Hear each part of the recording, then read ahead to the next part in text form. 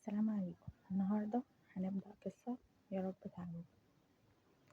بعد ما دفنت أمي وأبويا بعد ما ماتوا في حادثة، عملت عزا في شقتهم ومقجاش حد من أهلي، لأن أبويا وأمي ولاد عم، وأهلهم مكانوش موافقين على جوازتهم فقطعوه. بعد شهر من وفاتهم أهلهم كانوا قاعدين